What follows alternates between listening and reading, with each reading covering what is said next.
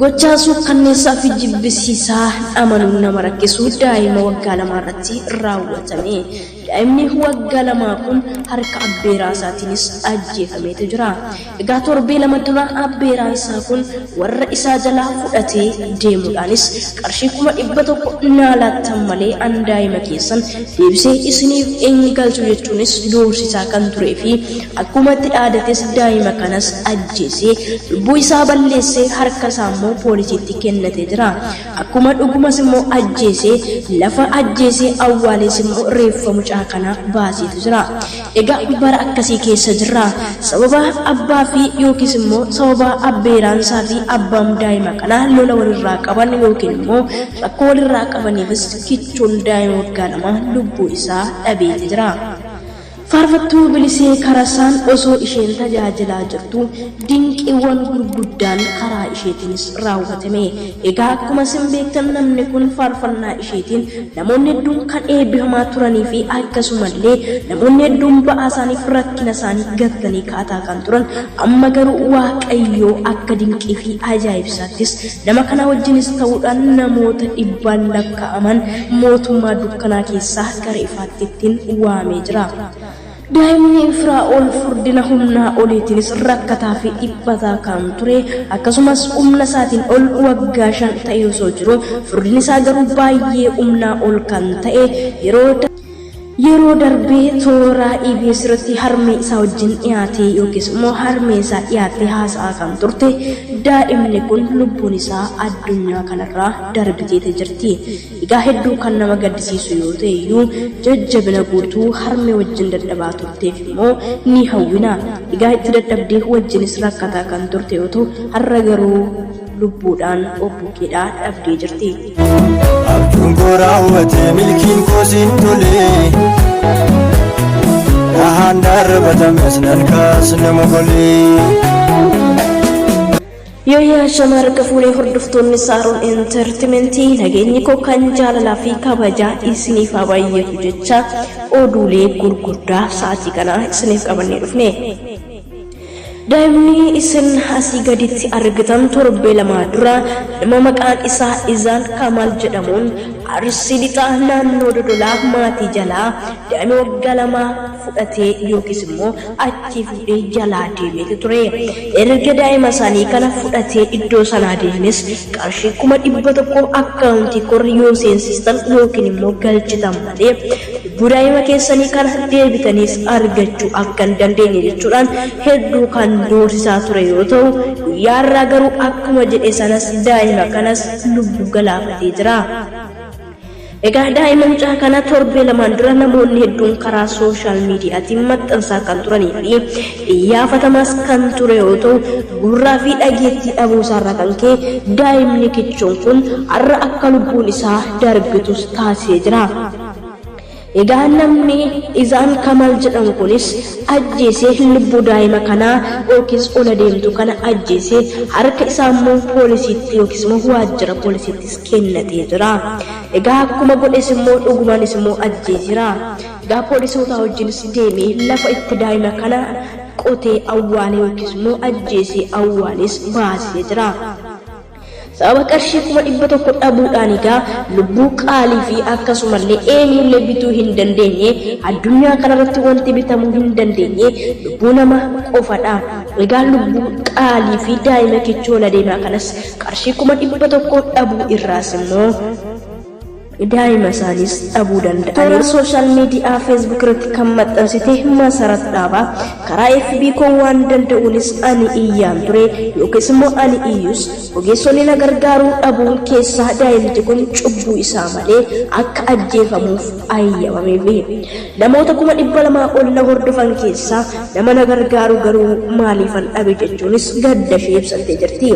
Qaamni poolisii maaliif iyyata kanaaf gurra kennuu didee namichi ajjeese kunis wal dhabdee abbaa daa'ima wajjin sababa qabuuf jecha daa'ima kanas galaafatee jira. Irsila akka dhiiraatti yoo lolee yookiis yoo loluu yoo mul'ate tola. Cubbuu balleessaa abbaatiif ilmoon aarsaa kaffaluun dhaabbachuu qaba. Sababiin isaayyuu abbaa wajjin wal dhabdee yookiis immoo wal loltee qaba malee ilmoo fi kichuu wal adeeman kun maal beekaa sababa abbaatiifis maaliif adabama?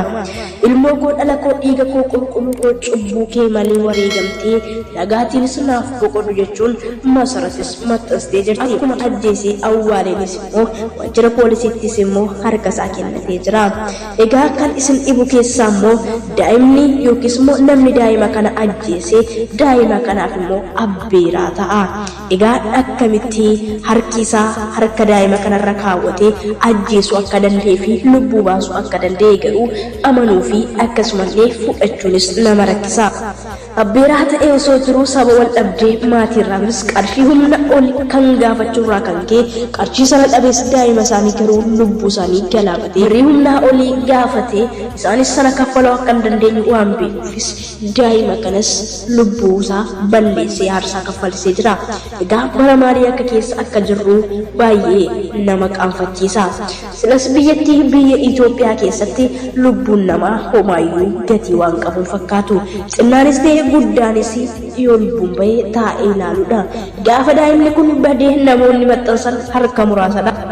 Akkasumallee poolisiin akka inni harka kennatee beeksisu yookiis waajjirri poolisii akka inni harka kennatee kan ibsu kun kaleessa garuu daa'ima kana barbaaduudhaafis homaa iyyatas ta'e himannaas ta'e wawwaannaa haadha daa'ima kanaaf homaa waan godhe hin qabu. Namoonni kaleessa homaa maxxansanii gargaaruun isne har'a garuu ashaangullitti boochaanis biyya balleessaa jiru. Aadaa akkasii osoo dhiifnee guyyaa lubbuun jiru waliif birmannee gaariidha. Daa'imni Firaa'ol namni isin suuraa irratti argitan daa'ima waggaa 5 furdin isaa garmalee umurii isaatiin olis kan ta'ee fi furdina humnaa olii kan ta'een haadha wajjin rakkataa kan turtee fi akkasumas karaa foddaa televezyiinii EBS kanaan dura kan dhiyaattee haasofte haala jireenya ishee hundumaas gadi buutee ibsaa kan turtee fi baay'ee ishee rakkisaa fi isheettis itti ulfaataa kan ture baay'ee kan dubbachaa turtedha. Egaa daa'imni kun umuriin isaa nama guddaa ta'e osoo hin taane daa'ima waggaa 5dha. Waggaa 5 iyyuu haa ta'u malee furdinni isaa garuu baay'ee humnaa ol kan dabalee fi hanga waggaa 4tti garuu noormaalii kan turee fi nagaa kan ta'e yoo ta'u waggaa tokko kana keessatti garuu garmalee dabaluun isaa anaan baay'ee na miidhee jetteetti. Egaa isheen baay'ee na miidhaa jettu iyyuu malee ogeessonni fayyaa haala furdina isaa irratti namni kun akka inni deebi'ee qannasuu qabu jedhanii murteessanii waan isaaf qabu yookiis waan isa gargaaru isaaf ajajuu fi ganamas ta'e galgala guyyaas waan nyaatu galgalas ajajuu fi isaanii kanaan dura waan ibsamee turedha. Akkuma kanas osoo godhamaaf jiru daa'imni kun garuu guyyaa ammaa yookiis immoo yeroo ammaa kanatti lubbuun isaa addunyaarraa godaantee jirti. Baay'ee haati wajjin cinqamaa turte furdina daa'ima ishee fi akkasumallee kennaa uumaa itti kenname kanaafis wajjin aarsaa kanfalaa kan turte gadda ishee sirris ibsataatii jirti. Baay'ee kan nama gaddisiisu Firaa'ol daa'ima kichuudha haa ta'u malee lubbuun isaas addunyaarraa darbee jira. Harmee itti dadhabdee yeroo dheeraafis buutee baatee dhala kooti jettee wajjin aarsaa kanfalaa turteefis jajjabina guutuu hawwina. Faarfattuun bilisee karrasaa akkuma isin beektan nama waaqayyoo fi waaqayyoos dinqii isaa kan wajjin hojjetuu fi yeroo adda addaattis faarfannaa isheetiin namoonni kumaatamni hedduun mootummaa dukkanaa keessa gara ifa jireenyaa isa ta'e Yesuus ilma waaqayyoottis baqataa fi godaanaa akka turan beekamaadha. Egaa namoonni faarfannaa ishee hin beeknes jiru hin fakkaatu. Seenaamti jireenya ishee mataan isaayyuu barnoota guddaa fi dhugaa'umsa guddaa fi humna guddaas kan qabudha. Egaa faarfattuun bilisee sa'aatii ammaa kanatti kennaa fi ayyaana waaqayyo irra kaa'ames tajaajilu irratti argamti.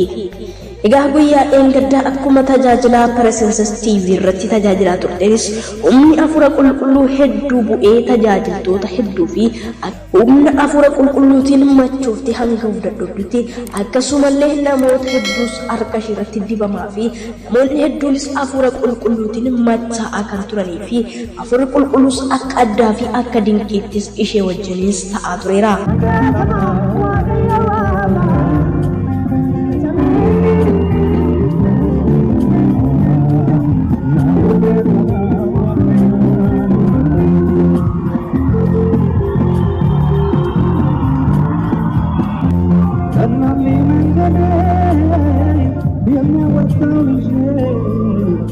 ሁሉ በሱ በወዳጄ ክብርን ሳላስበው መጣ ወደ ቤቴ ተደላድያለሁ ወርፌ ባባ akkuma isin ilaaltan faarfattuun bilisi nama afurri waaqayyoo fi humni waaqayyoo humnaa wajjin jiruu fi kaleessa eengadda fagootti waan eegamu biyya keenya keessa Itoophiyaattis tajaajilli akkasii eegalee jira.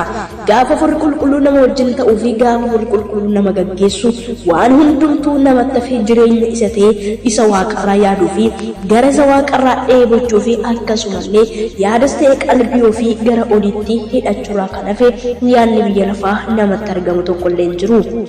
Namoota hedduutu kumaatama hedduutus dheebota waa'ee afura qulqulluu kanaaf warra hin galleef garuu ammallee gaaffiitti ta'uu danda'a. Akkasumallee diraamaa yookiin immoo waan bocamee kalaqame fakkaachuu danda'a. Warra mi'eeffatee fi warra Yesuusin qammasee beekuuf garuu dheebuu isa yooma qammasaa yooma argadha jedhanii isa wawwaatanii fi akkasumallee dheebuu addaan cituu hin dandeenyedha.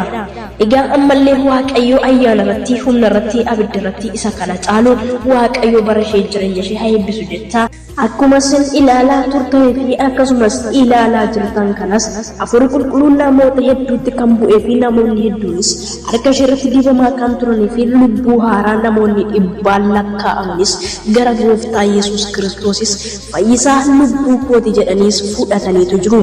Egaa namni waaqayyoo yeroodhaa fi bara keessatti haalota ulfaata gurguddaa keessatti dabarsee ishee gargaaraa kan turee fi faarfannaa isheenis hidhaan gurguddaa kan hiikamaa turee fi namoonni hedduun rakkina isaanii dhiphina isaaniis yaaddoo isaanii hirraanfachaa fi ittiin gatachaa kan turan yoo ta'u amma immoo akka addaattis afurri qulqulluu ishee wajjin ta'uudhaanis dhaloota hedduu booji'aa kan jiruu fi dhaloota hedduus dukkana keessa waammataa kan jiruu fi afurri qulqulluus humnaa olis hojjetaa nama wajjin jiru.